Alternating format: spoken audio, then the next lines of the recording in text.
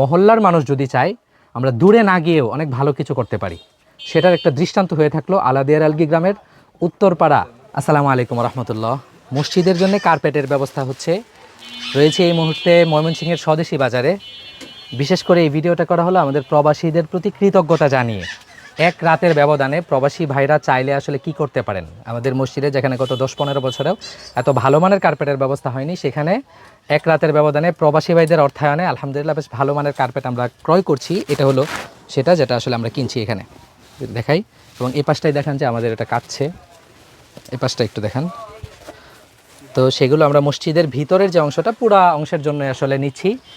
তো যথেষ্ট ভালো একটা কার্পেট। আমরা যদি ভাইকে একটু কাপড়ের মতো পরায় দেখাই,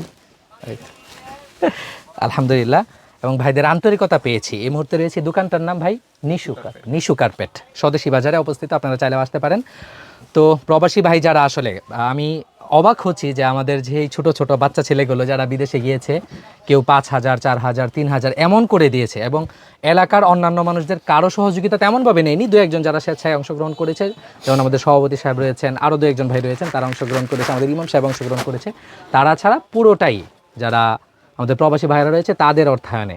তো এরকমভাবে মহল্লার মানুষ যদি চায় আমরা দূরে না গিয়েও অনেক ভালো কিছু করতে পারি, সেটার একটা দৃষ্টান্ত হয়ে থাকলো আলাদিয়ার আলগি গ্রামের উত্তরপাড়া বা ময়মনসিংহ জেলাধীন ঈশ্বরগঞ্জ উপজেলার উছাখিলা ইউনিয়ন। এটা বলছি না হলে আপনারা চিনবেন না। সেই উছাখিলা ইউনিয়নের আলাদিয়ার আলগি গ্রামের উত্তরপাড়ার যারা প্রবাসী ভাইরা রয়েছে, সবশেষে আসলে তোমাদের প্রতি অনেক বেশি কৃতজ্ঞতা, অনেক বেশি বড় মনের পরিচয় তোমরা দিয়েছ মহল্লার মানুষদের জন্য, তোমার বাবাদের জন্য, চাচাদের জন্য, দাদাদের জন্য।